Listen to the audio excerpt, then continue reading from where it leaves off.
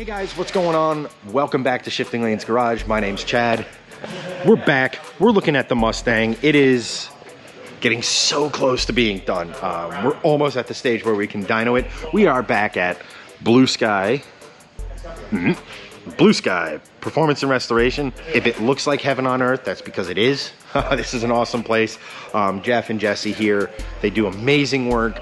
Link in the description down below to their socials, to their website. Check out their Instagram. They got a ton of really awesome stuff, like this old thing that is ditching the old chassis, getting an actual Coyote power plant with a 10-speed automatic. It's nuts. You have an MG over there that's getting a V. Like, we are in the right place. Today, we're gonna sit down and we're gonna talk about different forms of boost. We're just gonna talk about positive displacement, some turbochargers, etc. We got some pretty awesome vehicles here to choose from to show you that to you guys. So without further ado, let's head outside and check out a boosted pickup truck. We as always have Jeff with us to kind of help us out and get the technical details just right. But first things first, we have a positive displacement supercharger. Now, Jeff, what is the benefits and maybe some drawbacks to going to positive displacement? To me, the biggest benefit is it's there when you want it. It's right off the hit. You're gonna have full boost, 2,000 to 3,000 RPM-ish. You'll make your full boost that your pulley is capable of making, for the most part. Sometimes as you spin them, they can make a little bit more boost, but that has more to do, I think, with restriction. But the positive displacement, the PD, going to give you the highest torque output per pound of boost compared to any other application. Again, it's right there for you whenever you want it. IATs, intake air temperatures, are usually can vary. This Whipple has really good IATs, really good recovery rate. Some positive displacement blowers that you might have found on like a GT500, you know, S197 deal, they're not going to recover as quick. They're going to have higher IATs on them, which can be, you know, problematic when you're trying to make power. And this has a water to air intercooler. This is a water to air. So I have a heat exchanger in this blower here, which you can think of just like another radiator or a heater core. There's an electric pump that's pumping water through these lines down to another radiator up here that's making the heat exchange. On this kit, they just have a little auxiliary reservoir, so it's separate from your normal engine cooling system. You have one reservoir for engine coolant and one reservoir for supercharger coolant. So is that done for any reason other than simplification, or is that like to keep heat out of the system, or? That's to keep heat out. So your engine's running, just say your engine runs 200 degrees normally, 180 to 200 degrees. That would be considered high intake air temperatures. Anything over 150, I start to consider getting high. This particular system, on a 90-degree day, I'll run 110 to 120 IATs. So if you had it in the same system, you'd be running whatever your engine coolant temperature is what your IAT would be. So for performance and reliability, you want them split. Gotcha. So any real drawbacks versus other types of boost? Is it something you can't really tune boost in something like this? So they're starting to make ways to control boost on these, but basically you're stuck with the pulley you have. Whatever pulley you have is the maximum boost you can make with it. They do have some systems out where you can control the bypass valve in this, which is kind of what you would think of as a blow-off valve. It's just all happening internally, so it's not going to actually make any noise of air escaping from the engine. But you're kind of limited to what pulley size you have on this. Where when we get into turbos, we'll talk about how a turbo is not limited by that factor. Right. So speaking of turbos, I think that's the next logical step, so let's go take a look at one of those. Alrighty, we're on to our second form of boost, which is turbocharging. But real quick, before we dive in and kind of explain it, you're gonna see, this is a badass box body. It's got a stroker motor in it, so no, that is not a 6.0 for LS. It's actually got a Ford stroker in it. And you guys are definitely gonna wanna go check this guy out on Instagram, War Admiral 363. Check him out because frankly, this entire vehicle is a completely separate video, but for the sake of this one, we are gonna actually talk about that, and that is the turbo. Benefits, basically you're using a waste to make boost. Yep, it's recycled energy. So you know, what we have on this is different than the positive displacement.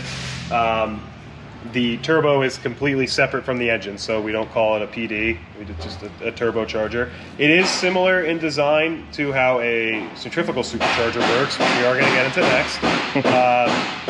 This is a single turbo application, so it's using both sides of the V8 engine crossing into a Y pipe, and it's spinning a wheel in here with the exhaust gas to then spin up the compressor side to make boost. So again, we're using wasted energy to make boost instead of having something wrapped around a belt that's actually taking horsepower from the engine to make horsepower. This is not taking, it might, depending on sizing, it could take some power if you're undersized, but in generalized terms, you're not going to rob power from the engine with a turbo.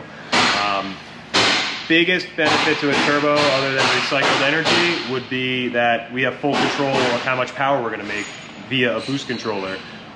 Where a pulley-driven supercharger is limited by the pulley size, we can fool the wastegate, which is what controls our exhaust pressure, into staying closed to spin the turbo faster to make more boost for us. So you can have a boost ramp from 5 pounds to 10 pounds, and then from 10 pounds to 15 pounds, all RPM dependent. It's just a very tunable system. That's why most race cars are using turbos, because you can tune them to the track to get your fastest ET. But like, you can actually tune power out of it. Yep. Before you even have to touch timing or anything in the engine, as far as like a traction control system or anything like that. We all know the downside to turbo is lag, so getting the turbo size correct is hugely important. Too big and you'll just be lag, and then knock the tires off it.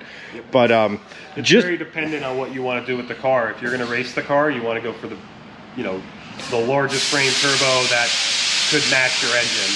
If you're going to do a street car, you might want to undersize that, so that you get that punchy torque out of it that you're going to. You don't always want to wring your car out to 7,000 RPM. And on the street, you want to enjoy the power, but on a racetrack, you're just going to live up in the rev range, so it doesn't really matter what's happening too much down low. This car is insane. Again, guys, go check out War Admiral on Instagram.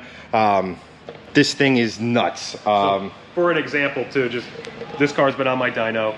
At any other car, to make more power, you know, you're changing the pulley on it. This car, at 10 pounds, we made 620-ish wheel horsepower. At 15 pounds, we make about 775 wheel horsepower. And at 21 pounds, we made 945 wheel horsepower. I did all this without leaving the driver's seat of the car, just by typing some numbers in on the computer. And just out of curiosity, is that pump gas, ethanol? So up to 800, I run 93. Above 800, we switch to C16, a race fuel. Okay. Yeah. Just higher octane, similar to what a fuel like ethanol would do. Just resisting detonation. That's all we're trying to do. Yeah. So yeah, this is an amazing car, guys. But at the end of the week, I don't get to take this home. So let's go to my car, check out my supercharger setup, which is finally in. And we're gonna walk you through the benefits, the downsides. We are finally at my car, which is the whole reason, I shouldn't say the whole reason, this place is awesome. So part of the reason I'm here is for my car, and that. The star of the show is the supercharger. Now, what are the benefits of a centrifugal versus PD, turbo, that sort of thing? Or so what's really nice about these units are they make really good high RPM power. These are very RPM dependent with the power that they're making. When we were outside, we were talking about the PD blower on my truck. That will come up to, say we want to make 10 pounds. We have a 10-pound pulley on it, say. That'll come up to our 10 PSI at 3,000 RPM and just hold it the whole way out up to 7,500 RPM. This blower at 2,000 to 3,000 RPM might only make 3 PSI or 4 PSI, but the higher we rev it, the more power it's going to put into it. And what that does is gives you a very linear power curve, because as RPM is rising, boost is rising, so we're always going to make more power. It's almost mimicking how a Coyote, in this case, exactly. The Coyote makes power high up. That's how the Coyote likes it. Yeah, it likes RPM driven power. And it's sort of a mechanical boost ramp as well, too. Yeah, this is the spat. So yeah, it's almost like in a turbo car. We were talking about how we can set with the boost controller. You know, we can have 5 psi to start, and then quarter way down the track we can have 10 psi, and then the next quarter we can have 15 psi. We can keep ramping out with the computer. Positive displacement blower, you can't really do that. Again, there are some ways out there now to do it, but it's kind of newer. This will just mechanically add boost as RPM goes up to a point. You meet the limit of every blower if you spin it too fast. This blower, we're probably spinning at 40 to 45,000 RPM. Think about that. That's absolutely nuts. So all that begs the question, why go centrifugal? Why did I decide to go with this type of boost as opposed to, say, something like turbocharging? Well, while turbos are very tunable, they add a lot of complexity, right? You have to have different exhaust manifolds. You have to have different piping. You have to have different exhaust routing. It just gets complicated, and complicated is just the code word for expensive. So while it would have been nice, it wasn't really kind of in the budget to do turbos. And secondly, the reason I chose this over any other form of boost is really that it's 2 cars in one. So like we said, these make most of their power up high in the rev range, which means when you want to get on it, you have all the boost in the world. But almost as important, because I do plan on daily driving this thing, almost as important is that down low, she's not really making much boost. So she kind of is just going to drive like she was before we added a supercharger to it, which means when I drive this thing to, say, work or family functions or any of that sort of stuff, it's going to be pretty docile, pretty tame, comparatively speaking, obviously. But she's going to be kind of drivable. And when I want to have fun, when I want to go to the track, when I want to get all out of her, well, I'm going to be living high in the rev range anyway. So might as well have all the boost up there. I don't know, guys. That's just me. You probably do something different on your car. Let me know in the comments below. PD, centrifugal, or a turbocharged setup. I'm interested to see what you guys have to say. But, so the next video, we're going to talk about what we have done, what still needs to be done, and then the video after that is a big one. It's the biggest one.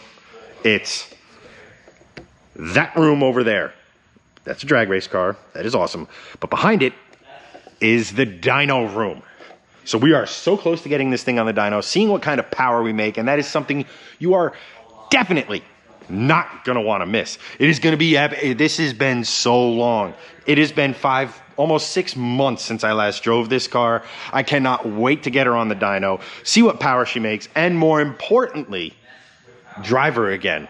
I mean, it is February in New Jersey and it's cold outside, and it's probably not the smartest idea to unleash even 650 wheel horsepower in the winter. But I will drive her. If I have to drive down south to get a good drive in her, I will, because it's been way too long since I've driven this car. Again, Blue Sky. Links in the description down below. Check them out. Give them a follow on Instagram. Like them on Facebook. They are awesome dudes, and they very obviously do awesome work. Like, subscribe, all that fun stuff here. Notifications on. Dyno Day. Definitely not going to want to miss that. I said it in the introduction video. This build is not possible without you guys. So thank you so much for your support. And hey, we'll catch you in the next one.